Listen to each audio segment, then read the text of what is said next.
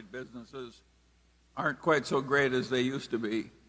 The packaged good business for the Procter and Gamble's and so forth of the world, General Mills, they're all weaker than they used to be at their peak. And the auto companies. I mean, when auto Charlie and I were, company, oh my God. yeah. When I think of the power of General Motors when I was young, and what happened when they wiped out all the shareholders, I would no more have predicted that. When I was young, General Motors loomed over the economy like a colossus. It looked totally invincible. Torrents of cash, torrents of everything. Trying to hold down market share. Yes, because they were afraid they'd be too monopolistic. And so the world changes, and we can't make a portfolio change every time something is a little less advantaged than it used to be. But you have to be alert. You have to be thinking all the time in Yes. order to whether there's been something that really changes the game in a big way. And that's not only true for American Express. That's true for other things we own, including things we own 100% of. And we'll be wrong sometimes. We'll be late sometimes. We'll be wrong sometimes. But we'll be right sometimes too. But it's not that we're not cognizant of threats, but assessing the probabilities of those threats being a minor problem or a major problem or a life-threatening problem is, it's a tough game, but that's what makes our job interesting. In my view, there is no problem remotely like the problem of what I call CNBC, cyber, nuclear, chemical, and biological attacks that either by rogue organizations, even possibly individuals, rogue states. I mean, if you think about, you can think about a lot of things, and it will happen. I think we've been both lucky and, frankly, the people have done a very good job in government, because government is the real protection on this, in not having anything since 1945. We came very, very close during the Cuban Missile Crisis, and I don't know what the odds were, but I do think that if there had been, I can think of many people that if they'd been in place of either Kennedy or Khrushchev, we would have had a very different result. And it's the ultimate problem. As I put in the annual report, it's the only real threat to Berkshire's external threat to Berkshire's economic well-being over time. And I just hope when it'll happen, I hope when it happens that it's minimized. But the desire of psychotics and megalomaniacs and religious fanatics and whatever to do harm on others is a lot more when you have 7 billion people on Earth than when you had 3 billion or so, which is the case when I was born. Less than 3 billion. And unfortunately, there are means of doing it. If you were a psychotic back far enough, you threw a stone at the guy in the next cave, and there was a sort of linear relationship of damage to psychosis.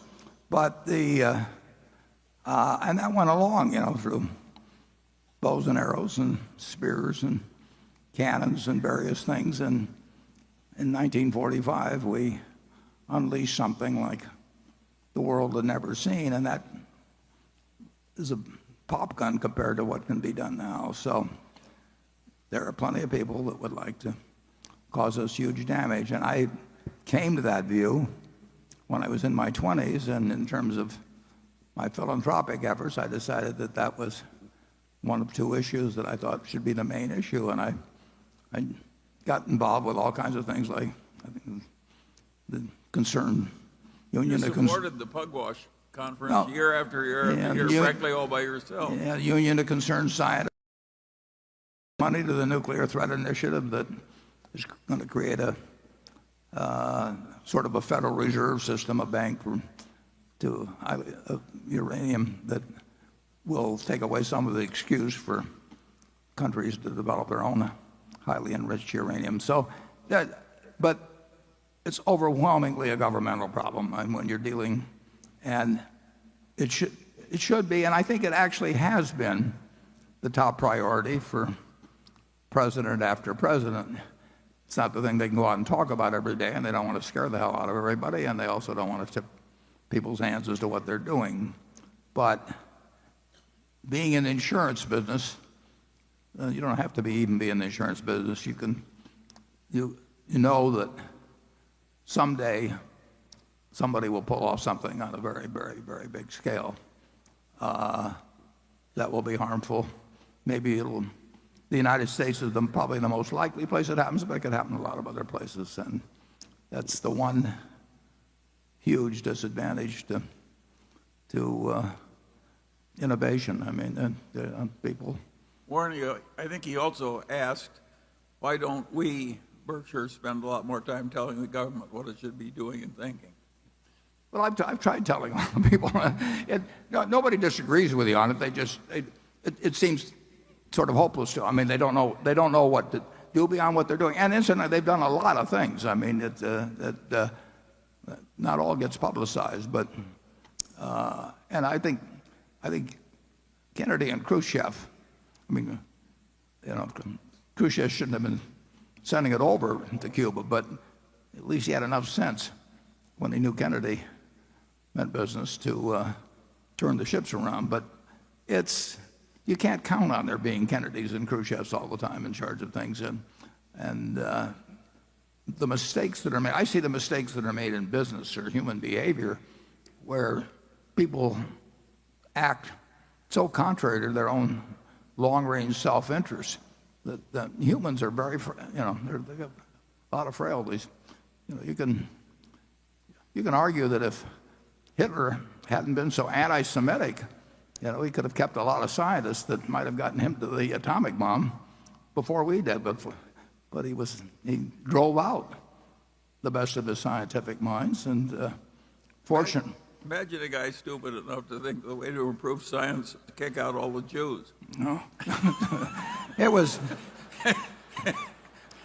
No, the hero of the 20th century may have been Leo Szilard. I mean, Leo Szilard is the guy that got Einstein to co-sign a letter to Roosevelt and say, one side or the other is going to get this, and we better get it first. Basically, he said it much more elegantly than that. You can go to the internet and look up the letter, but we've both been good and we've been lucky. But if you remember post 9/11,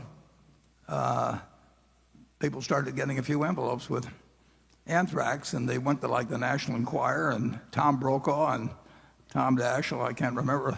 I mean, who knows what mind? When you've got a mind that's going to send anthrax to people, how that decision making is made is just totally beyond comprehension.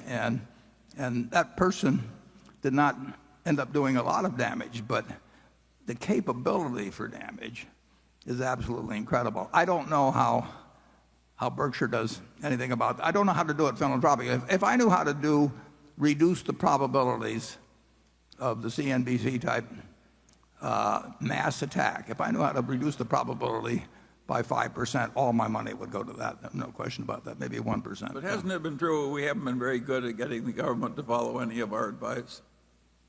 Yeah, but this one's important. Well. Yeah. Nobody argues with you about it. They just sort of throw up their hands, and some people work for a while on it and just get discouraged and quit.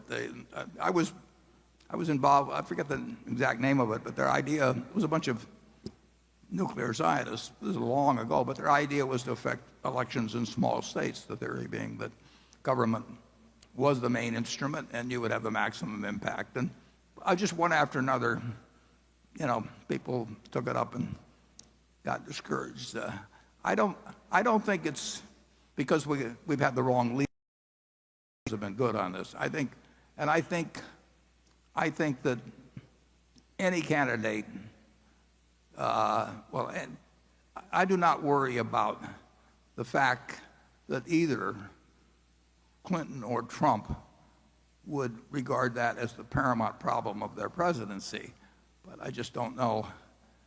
the offense can be ahead of the defense, and you can win the game 99.99% of the time, but eventually anything that has any probability of happening, will happen. I wish I could give you a better answer. Hi, Warren. Hi, Charlie. Hi. I'm Ken Martin. I'm an MBA student from the Tuck School at Dartmouth. My question is about college tuition and the problem of rising student debt balances. In the past, prominent philanthropists have founded institutions that are now prominent research universities in our country. Why is this not a bigger part of today's philanthropic debate, the founding of new colleges? Would not new supply in higher education be at least part of the solution to this problem? Charlie, you want to tackle that one? You're more of an expert than I am. Yeah, I think that if you expect a lot of efficiency, financial efficiency in American higher education, you're howling at the wind.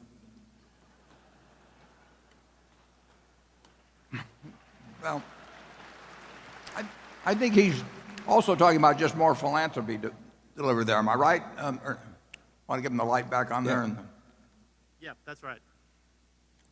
What's the question again? The question about is maybe whether more philanthropy ought to be devoted to that relatively because of the cost. But Well, I do a lot more than Warren does in this field, and I'm frequently disappointed.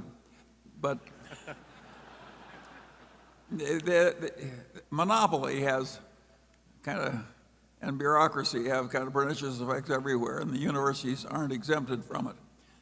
But of course they are the glory of civilization, and if people want to give more to it, well, I'm all for it. yeah, you've got the option of very good state schools, and we spend a lot of money on education in this country. If you take kindergarten through 12, it's interesting. People talk about entitlements in this country. They say it's terrible. We have all these entitlements for Social Security and everything. We have entitlements for the young. We spend $600 billion a year educating 50 million kids in the public schools between kindergarten and 12th grade. And just think of what that is as an entitlement. Nobody ever seems to bring that up. But it's a huge, and I believe in it, obviously. But, the people in their working ages, generally speaking, I think in a rich society have an obligation to both the young and the old. And based on the amount we spend, if we have problems with our school system, it's not because we're cheap. There are other problems that contribute to it. In terms of the money we put out, we're right up there. But I was the trustee of a college that saw the endowment go from $8 million to over $1 billion, and I didn't see the tuition come down, and I didn't see the number of students go up. Nothing went up, except the professors' salaries. Yeah, from $8 million to $1 billion. I mean, and very, very decent people running the place. But when you read the figures on endowment of the big schools, and some of them have really gotten up into big numbers, the main objective of the people running the endowment is to have the endowment grow larger. And that will be ever thus. That is the way humans operate. You have any more comments on that, Charlie? You've seen a lot. I've made all the enemies I can afford at the moment. Okay.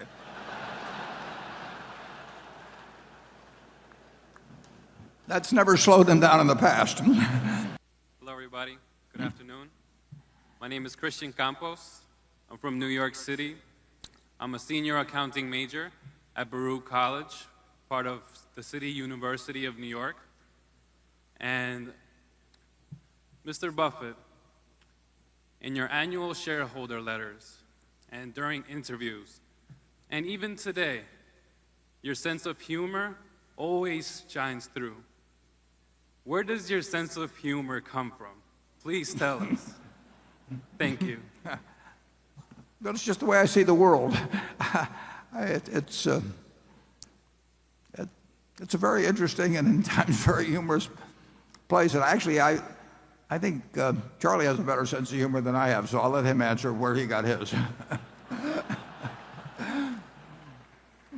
I think if you see the world accurately, it's bound to be humorous because it's ridiculous.